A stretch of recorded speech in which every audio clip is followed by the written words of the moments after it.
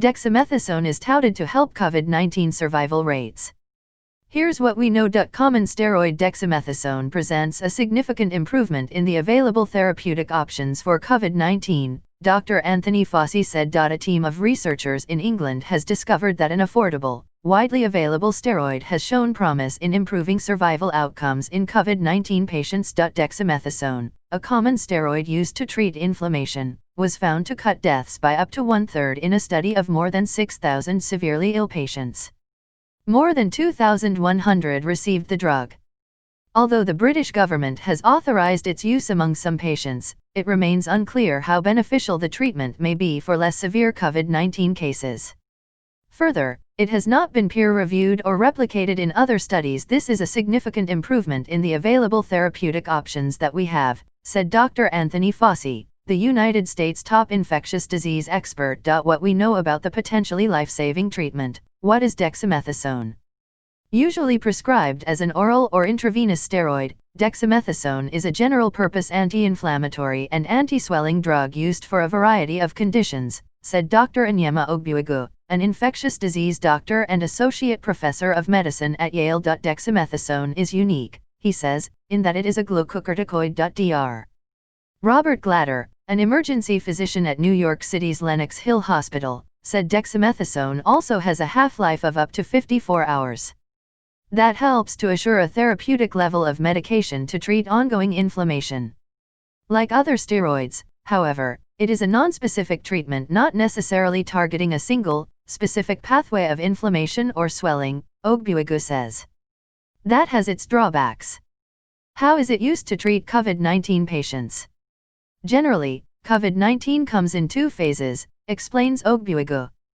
People get the virus, it replicates, and that's the first phase of the illness, he said. Afterward, around 10 days into the infection, people start to produce antibodies and inflammatory reactions to the virus.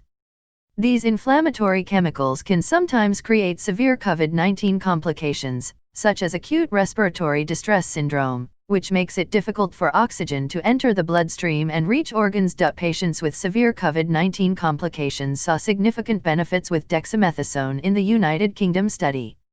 These patients took it for 10 days, either orally or via 4. After a month, it had reduced deaths by 35% in patients who needed treatment with breathing machines and by 20% in those needing supplemental oxygen. It did not appear to help less ill patients. Some studies, Ogbuegu says, also have suggested that steroids such as dexamethasone are helpful in improving mortality rates among people with ARDS. Are there complications? Ogbuegu notes that timing and selectiveness among patients is critical to ensure dexamethasone is properly used as a treatment for COVID-19. Early findings suggest COVID-19 patients who do not have severe symptoms, such as requiring a respirator, should not take dexamethasone. The downside of steroids is that it's not selective, Ogbuegu said. It's a double-edged sword that may hinder your body's ability to fight the virus. He noted that some studies have found higher mortality rates in people who used steroids, since they inhibit the body's immune response to the virus. Ogbuegu also says that steroids, in general, may cause some severe side effects, such as new or worsening diabetes, as well as psychosis or emotional disturbance.